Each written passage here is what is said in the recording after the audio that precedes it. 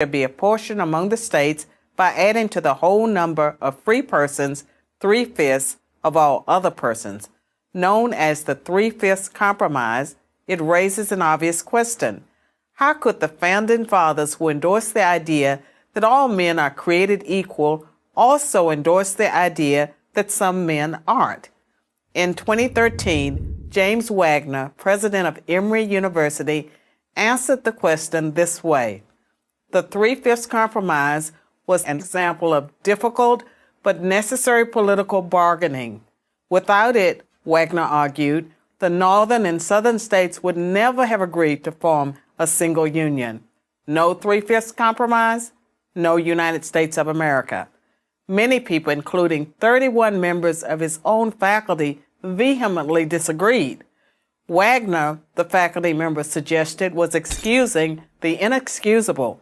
They signed an open letter stating that the 3/5 compromise was an insult to the descendants of slaves and an example of racial denigration. So who's right? Let's look at the text again. Representatives shall be apportioned among the states by adding to the whole number of free persons 3/5 of all other persons. Note that the Constitution does not say that a slave is not a person.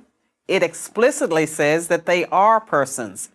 And it also does not say that a slave is 3/5 of a person, as many today mistakenly believe. The 3/5 description had nothing to do with the human worth of an individual slave, but everything to do with how many representatives each state would have in the U.S. Congress. For that purpose, states could only claim 3/5 of their slave population. The 3/5 compromise was devised by those who opposed slavery, not by those who were for slavery. Or to put it another way, it wasn't the racists of the South who wanted to count slave populations less than white populations. It was the abolitionists of the North. The framers of the Constitution were deeply divided on the issue of slavery. The free states of the North wanted to abolish it. The slave states of the South wanted to expand it. You might say that the Southern slave states wanted to have it both ways. They wanted to count their slaves for the purpose of representation, but they didn't want to give any representation to their slaves. Why did this matter? Let's look at the numbers. In the 1790 census, just 3 years after the Constitution was ratified, the free states of New Hampshire, Massachusetts, Rhode Island, Connecticut, New York, New Jersey, Pennsylvania, and Delaware had a population of about 1.8 million free whites.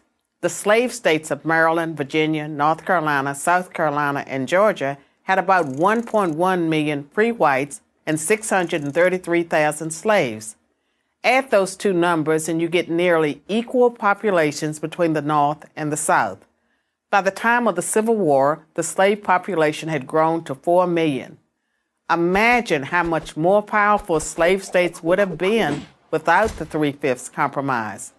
If 100% of the slave population had been counted, slavery may very well have lasted into the 20th century. Why, you might ask, didn't the North simply insist that the South not count slaves at all? Because the slave states would never have agreed to join the Union. They would have formed their own country, and we would have had two nations, one free and one slave, living side by side in conflict from the very start. The 3/5 compromise was the solution to the most difficult challenge the framers faced: how to create a single country out of people so divided on a fundamental issue. As discordant as the compromise sounds to modern ears, without it, there would have been no United States. Following his defense of the compromise, Emory President James Wagner issued an apology to his outraged critics, asking for forgiveness for his clumsiness and insensitivity. As it turns out, Wagner had nothing to apologize for. The 3/5 compromise didn't deny the humanity of blacks, it affirmed it. I'm Carol Swain for Prager University. Thanks for watching.